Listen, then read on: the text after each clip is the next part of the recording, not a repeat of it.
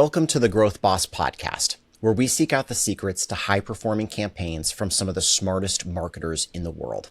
I'm your host, Jared Smith. Today, I have Jessica Rhodes with me, and she's going to teach us about how AI meets podcasting to amplify your content and drive real results.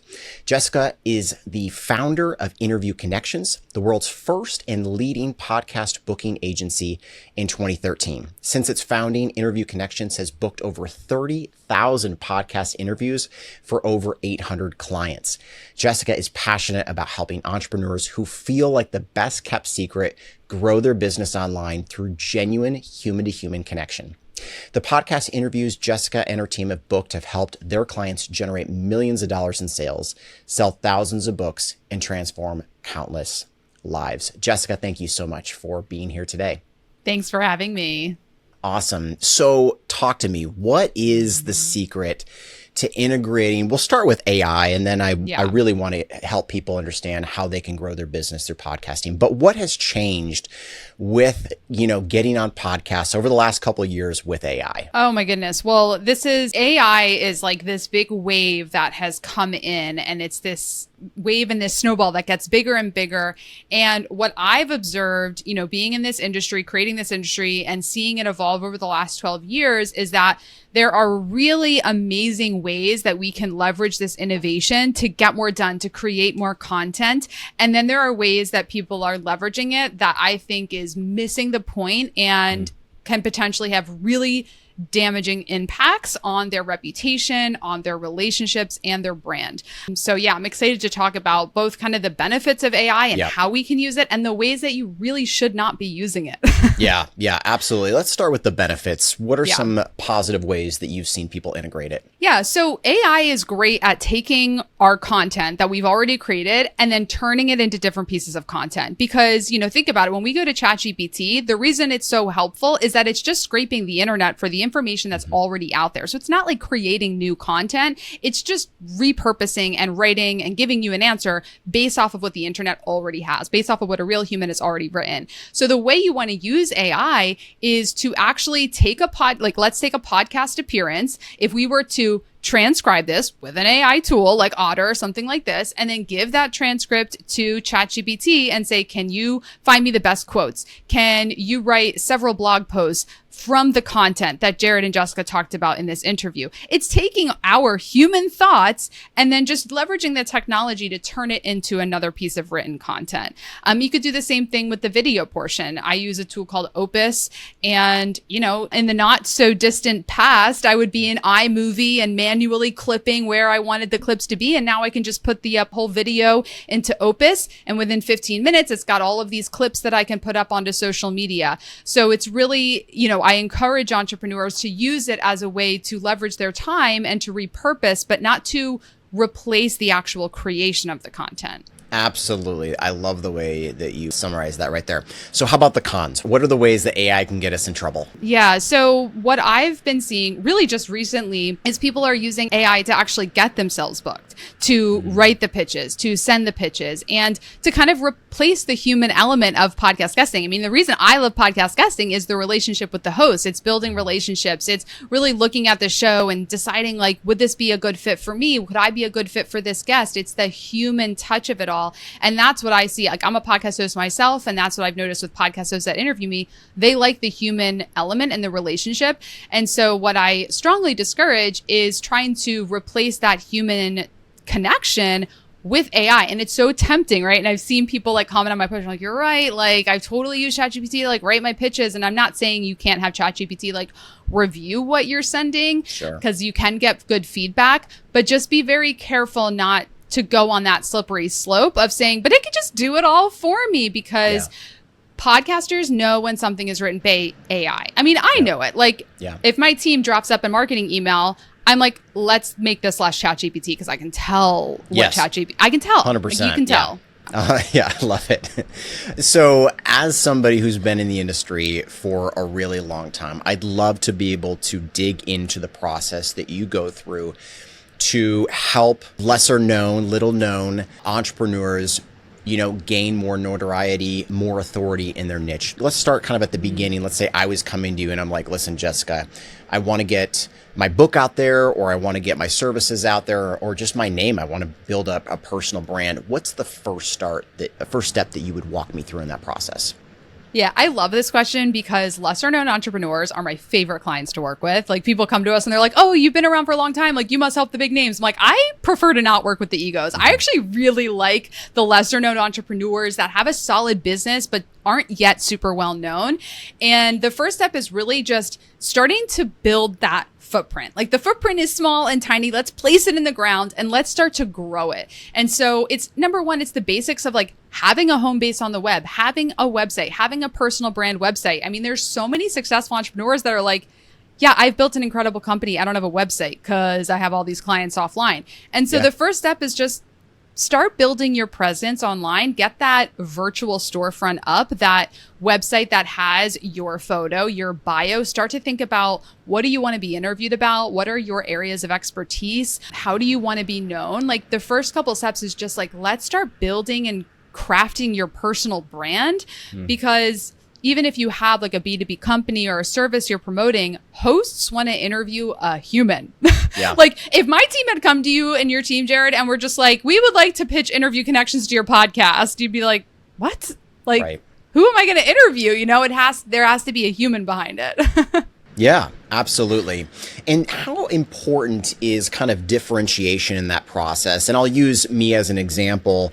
I have an e-commerce brand with a really interesting story. But before that, I had an SEO agency, and I had the agency in a sea of, I don't know, thousands, hundreds of thousands of other consultants and SEO entrepreneurs. What would you have done for me where I felt very much like a commodity to help somebody like me stand out?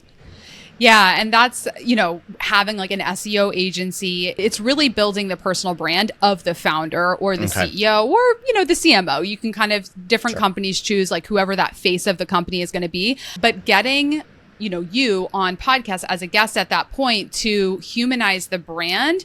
And really, at the end of the day, what would make your agency look different from the other SEO agencies is your personal story. It's, why did you start the company? How have you grown it? What are your values? How are you running your company? What does your team look like? How do you work with clients? We have this client who has a PR and marketing firm. His clients are B2B tech, and podcast guesting is actually an SEO play for him. He gets a lot of backlinks from the appearances, and he'll also include podcast appearances in his proposals to these big, like these enterprise level clients, just as a way to stand out. Because if you're working with enterprise level clients that are evaluating your SEO agency compared to 10 other ones that maybe have similar contracts and price points, the company that has a leader who is actively speaking and educating is going to come across as the authority. Yeah, 100%. I could not agree with that more. So once we've kind of maybe built our brand, my personal brand, what is that going to be? I've got my website set up, which, by the way, is jared.com. That's one of the benefits of having a unique spelling name, as you get to buy your first name.com. What's the next step in that process? Do you just kind of run out and start pitching, or what's the next target? Yeah. So, I think first and foremost, I want to tell everyone, go start getting booked on podcasts. But if you don't do the step that I'll talk about now, you might not have as much traction. Start putting out content on your own platform. Start educating your own audience. Even if it feels like you don't have an audience, I would choose what social media platform or platforms you're going to focus on. I have kind of Instagram and LinkedIn because I kind of have clients in both of those areas. But choose your social media platforms and just start getting some posts up consistently, because if you go to a podcast host and say, hey, I want to be a guest on your show to talk about XYZ, and they go to your platforms and you have not talked about that at all, then there's a misalignment there. So first, speak on your own stage. And that's as simple as doing some live streams, writing some posts. Just start communicating and educating your own audience, because then you can go to podcast hosts, whether you start pitching yourself because you're just getting started, or you hire an agency to get you booked. Once you go to a podcast host and get pitched as a guest, that host, the first thing they're going to do is go to your website. They're going to go to your LinkedIn. They're going to check you out online, and they're going to see, has this what is the content that this person's talking about? Let me click through and see. Like, I remember I got a guest pitched to me. This is so many years ago, but it just imprinted in my mind. And I clicked play on their YouTube and I was like, I would be bored out of my mind talking to this person. Like it just was not a good fit. So it is important. But on the contrary, there's also people that I'm like, oh my God, like I'm totally going to connect with this person and I want to talk to them. So getting some of your own, getting videos up where you're talking so hosts can get to know you is really important. I love that. That's a great point. I want to share a little tidbit just kind of on our own recruiting process for finding guests, because I think this will be really interesting. So we recruit solely through X. There's a great digital marketing community, a lot of really interesting experts on X, but we reach out almost exclusively through LinkedIn for that very purpose. I have 15,000 followers on LinkedIn. I have like no followers on X. I haven't spent any, time really building that platform, but I've spent most of my time on LinkedIn. And so when I have my assistant go through and reach out to anybody, I'm like, make sure you do it through LinkedIn. Because again, for that very purpose, they're going to click on my profile and be like, who the heck is this guy? Oh, 15,000 followers. I mean, that's not terrible. Okay, cool. I'll take a look and respond.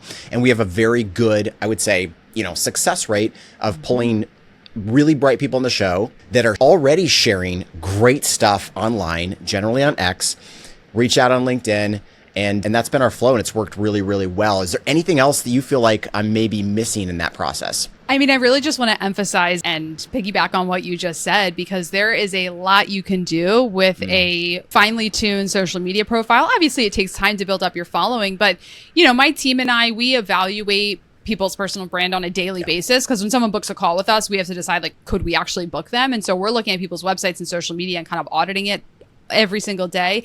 And I have seen a lot of entrepreneurs that have an amazing LinkedIn, amazing Instagram. They look incredible. They have a great website. I talk to them. They have no sales yet, and that's okay. Yeah. But they still look impressive. I'm like, I would 100% start getting you booked on podcasts because of what you've done with your online presence. So that online presence is important. Yeah, 100%. And the other thing I want to just jump on real quick there is I'm okay with pulling somebody on the show that doesn't have a ton of followers if they are publishing really interesting, different content. I've been in the industry for 20 years. Like, it takes a lot to impress me. But if I see somebody, maybe they've got 50 to 100 followers, I can tell they're new to X, but they're dropping some gold.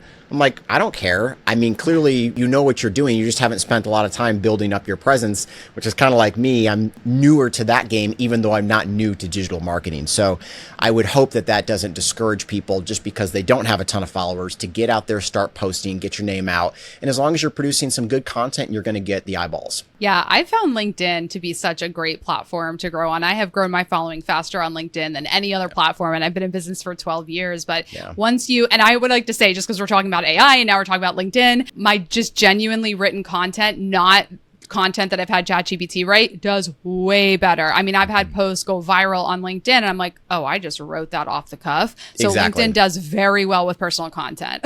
Yeah, 100%. So after we've gone out, built a little bit of a brand, we're posting on social media, what do you feel like is the next step, Jessica? It's all about consistency. The thing about podcast guesting, people are always like, no, but like, what's the thing? Like, what? I'm like, you just need to keep doing it, because it is a, you do it, you get on the show, you really focus on your relationship with the host, you listen back to your interviews, evaluate yourself, have somebody listen and give you coaching and feedback, because you're not, like, your first interview on a podcast, your first appearance, it's not going to be the best it could ever be. You're going to learn how to tell stories more effectively. You're going to listen back and say, oh my gosh, I said so many crutch words. I need to really tighten that up. Or, wow, that call to action was so rambly. I need to tighten that up. So it's about being consistent and really honing your skills and focusing on being excellent. The top motivational speakers and top paid keynote speakers, they're constantly working on their craft. They're constantly getting coached and working on it. And it's the same for podcast guesting. It's just a different type of speaking opportunity. And then always looking at ways that you can be repurposing the interviews, right? From posting to using it in your sales and marketing. I will send podcast episodes to my list. I'll text it out. I'll send it to leads before a sales call. Really leveraging this content with your own audience, I think, is probably the next best step too. Absolutely. And recognize that this builds over time, right? So you're not going to start on Chris Williams' podcast. You're not going to start on Diary of the CEO. You're going to start on a podcast like this. And then this, you do 10, 20 of these, and then you get to go to the next level. And then you get to go to the next level from there. Nobody starts, at the highest level of podcasting. Have you found that to be true with your clients as well? For sure. Yes, absolutely. And I tell people all the time, mid-tier podcasts, podcasts like mine, podcasts as you are, independently produced, hosted by business owners and entrepreneurs that have a very targeted audience. I'll be on these shows all day long because it's a different type of ball game with the top tier shows that have millions of listeners and hundreds upon thousands of followers. You're getting into pay to play. You're getting into, you've got to have 100,000 followers on Instagram if they're even going to consider you. Right. And you won't even necessarily get more leads. Like it's not a guarantee that a big show is going to bring you more sales because the audience is much more diluted. There's so many more people. So I would rather be on a show with 500 really targeted listeners than maybe get flooded with unqualified leads. Yeah. What are some big name shows? Maybe we could pull back the curtains a little bit on the industry that are pay to play that I think would surprise people. Oh my God. I mean, if there's any that are just kind of off the top of your mind. I don't think, let's see, because I hear about things like, behind the curtain, but I don't know if I'm going to go on record by blasting people. I'll tell you offline, Jared. Okay. Sorry, Not listeners. Not a problem.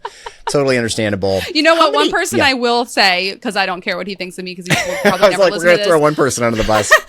and I'm sure it is not 100%, but Sure. Joe Rogan for sure will charge. I mean, I heard years ago that if you even landed a call with the producer, it would be like $20,000. And that's not even a guarantee that you're on the show. That's just like maybe having a pre-call. So again, this is a few years old. This information may be outdated, but I wouldn't put it past Joe Rogan to charge people like a lot of money to be on the show. Sure, absolutely. And that would be a show, again, top one or two podcasts. You're going to get a lot of recognition.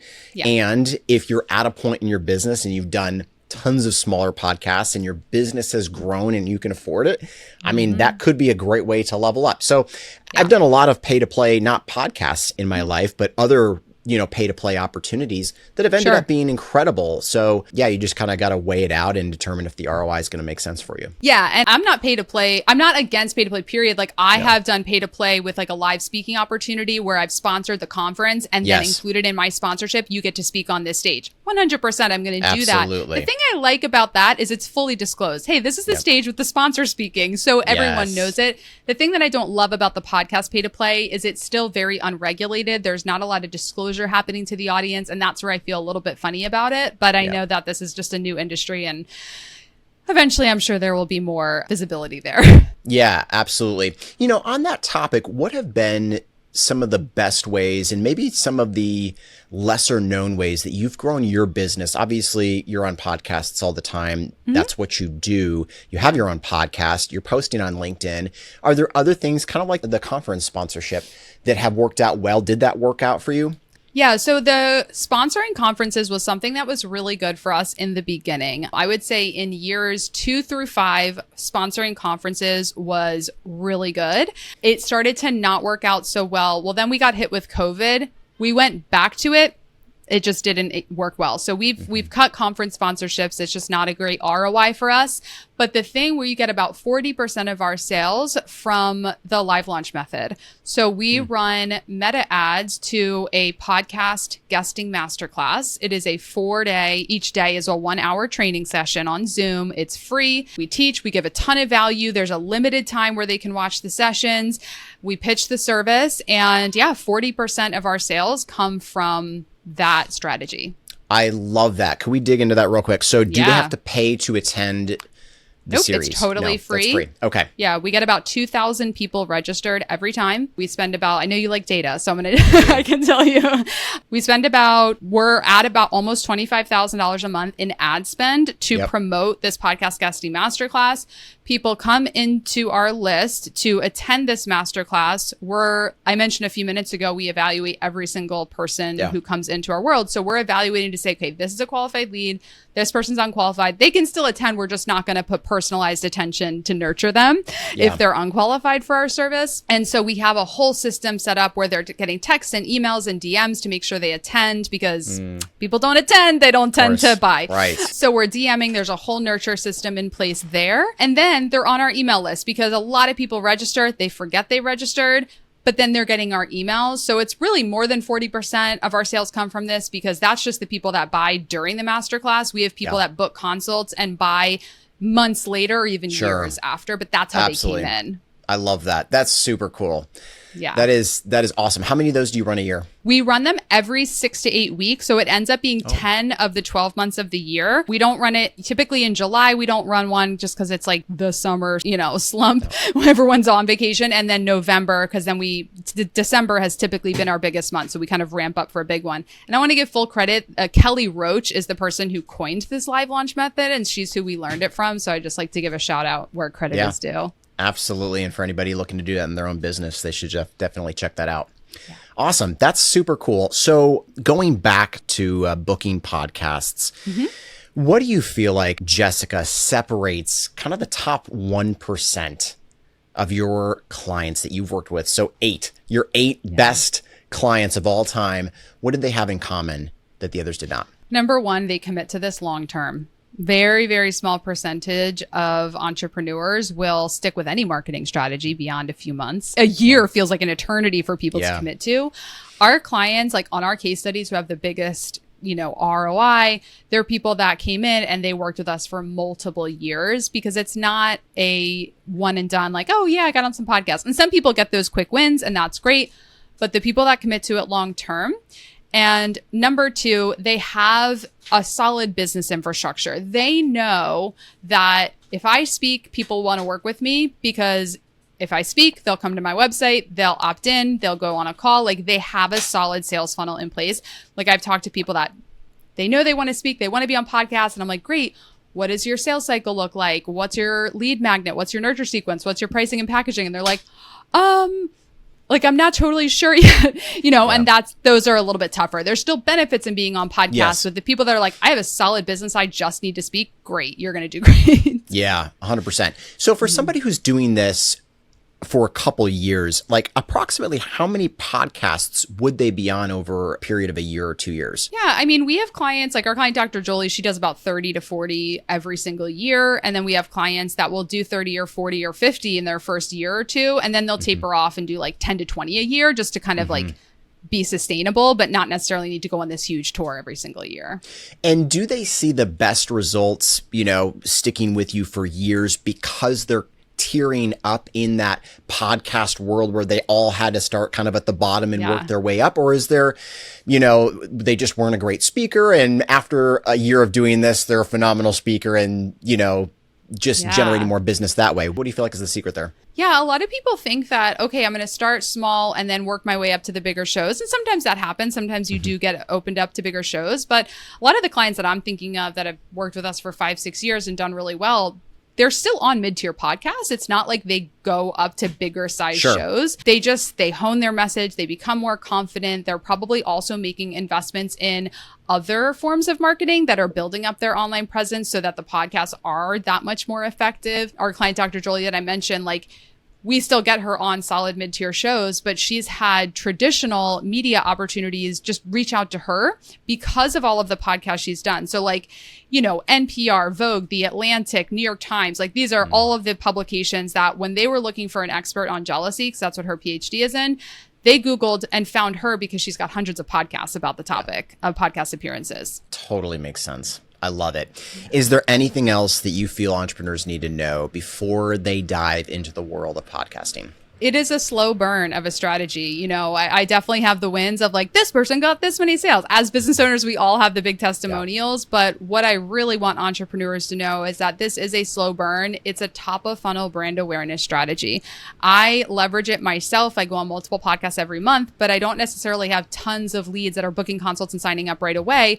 Though I know that they're listening. I know that they're following, and that it is a contributing factor in them ultimately deciding to work with us. But it's brand awareness, not necessarily direct advertising that's going to lead to sales right away. Absolutely. Well, you were a phenomenal guest on the show, very succinct. So I really do appreciate that. Appreciate the time that you've put into this. For somebody who wants to connect with you out of the show offline, what's the best way for them to do that? Yeah, well, thank you so much for leading a great interview. I mean, we talked a bit about LinkedIn. So if you want to connect with me directly, Jessica Rhodes, Rhodes on LinkedIn.